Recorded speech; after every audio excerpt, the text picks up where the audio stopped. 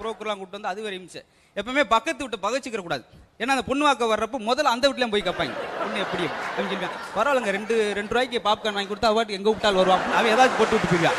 அதனால பக்கத்து வீட்டு என்னைக்குமே பகைச்சிடக்கூடாது, ரொம்ப கவனமா இருக்கணும். அது எப்படி உனக்கு தெரியும் 2 ரூபாய்க்கு பாப்கார்னா, என் கூட 7 தடவை வந்திருக்காள் அப்படின்னு ஜென்மத்துக்கு கல்யாணம் அப்படி. அது ஒரு ஆள் விவசாய ஆஃபீஸர், அங்கே ஒரு ஆளுக்கு விவசாயம் பண்ணிக்கிட்டு இருந்தார், மரத்துக்கு சாணம் போட்டுக்கிட்டு இருந்தார். மரத்துக்கு என்ன போடுறீங்க? சாணம் தான். அடா இல்சாப்பிள்ளை, சாணம் போடக்கூடாதியா, அம்மனியம் சல்பட் போடணும். என்ன சாணம் போடுற? எருமச்சாணி போடக்கூடாது, அம்மனியம் குளோரைடு போடணும். அப்படி போட்டா 200 தேங்காய் எக்ஸ்ட்ரா காய்க்கும். காய்க்கவே காய்க்காது அப்படின்னா. ஏன்? இது மாங்காய் மரம், இது எப்படி தேங்காய் காய்க்கும்? அது என்னன்னு தெரியாம ஐடியா சொல்லிக்கிட்டு இருந்தா அப்படித்தான். அரசியல்வாதி நம்ம அரசியல்வாதி கூப்பிட்டுருக்காரு விருந்துக்கு. போய் பார்த்தா பெரிய வீடு. நம்ம அரசியல்வாதி கேட்டேன், இப்படி இவ்வளவு பெரிய வீடு கட்டினீங்க?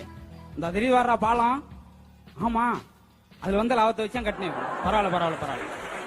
அதே போல வெளிநாட்டு அரசியல் நம்ம அரசியல் விருந்து கூப்பிட்டான். அவர் வேகமா வந்தாரு. வந்துட்டு பார்த்தா அவரோட நம்மால் பெரிய வீட கட்டிருக்கான். அவர் பயந்துட்டாரு, எப்படி இவ்வளவு பெரிய வீடு கட்டினீங்க இந்த சாதாரண தமிழ்நாட்டுல? அந்த தெரியவாருங்க பாலா பண்ணிருக்கான். இவன் அம்மாள் உத்து பார்த்திருக்கேன், தெரியலையே அதே அது பண்ணிருக்கான். அதாவது பாலத்தை மொத்தமே இங்க கட்டிட்டான். எல்லா நாட்டு ஆளுகளும் அப்படி காட்டு வழியா போய்கிட்டு இருந்தாங்க மாநாட்டுக்கு. அப்ப பாத்தீங்கன்னா அங்கிட்டு ஒரு பன்னிக்குட்டி, ஒரு 10 பன்னிக்குட்டி கட்டி கிடந்துச்சு ஒரு மரத்துல. பக்கத்துல போகும்போது அப்படி ஒரு சுமல். என்னங்க அப்படின்னாரு அமெரிக்காக்காரர். நான் போய் பாக்குறேன் அப்படின்னு சொல்லிட்டு வேகமா போனார். ஒரு 10 அடிக்கு மேல அந்தால போகல, குடலை பெருட்டிருச்சு. மனுஷன் ஓடியாந்துட்டேன். ஐயா நான் போக முடியாது, ஆள் செத்து போயிடும் போல வந்துட்டார். நான் போறேன்னு சொல்லி இங்கிலாந்துக்காரன் அவன் போய் பார்த்தேன், அவர் 15 அடி வரைக்கும் போயிட்டான். அதுக்கு மேல போகல, அப்படி மூக்க பிடிச்சிட்டு ஓடியாந்துட்டார். என்னங்க இப்படி ஒரு சுமல், பக்கத்திலே போகல அப்படின்னு. இப்போ கூட இழிச்சாப்ப இல்லை, நான் போறேன் பாரு அப்படின்னு சொல்லிட்டு நம்மால் போனார். விறுவிறுன்னு போனார், பன்னிக்குட்டி ராத்துட்டு ஓடி போயிடுச்சு. இவங்கிட்ட அப்படி ஒரு கெட்ட வார்த்தை. என்ன ஆகும் பாருங்க கொடுமை. அப்படி இப்படி இந்த 39வது வயது, இதை நான் நேசிக்கிறேன், கொஞ்சம் யோசிக்கிறேன்.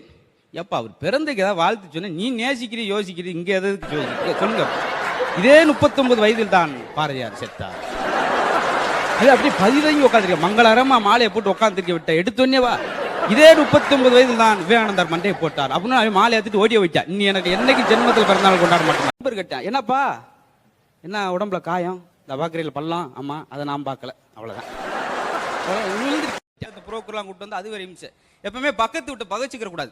ஏன்னா அந்த பொண்ணு வாக்க வர்றப்போ முதல்ல அந்த வீட்லயும் போய் கேட்பாங்க, பொண்ணு எப்படி அப்படின்னு சொல்லுவாங்க. பரவாயில்லங்க, 2 ரூபாய்க்கு பாப்கார்ன் வாங்கி கொடுத்தா அவாட்டு எங்க விட்டால் வருவான், அவன் ஏதாச்சும் போட்டு விட்டு போய்வான். அதனால பக்கத்து வீட்டு என்னைக்குமே பகைச்சிடக்கூடாது, ரொம்ப கவனமா இருக்கணும். அது எப்படி உனக்கு தெரியும் 2 ரூபாய்க்கு பாப்கார்னா, என் கூட 7 தடவை வந்திருக்காள் அப்படின்னு ஜென்மத்துக்கு கல்யாணம் அப்படி.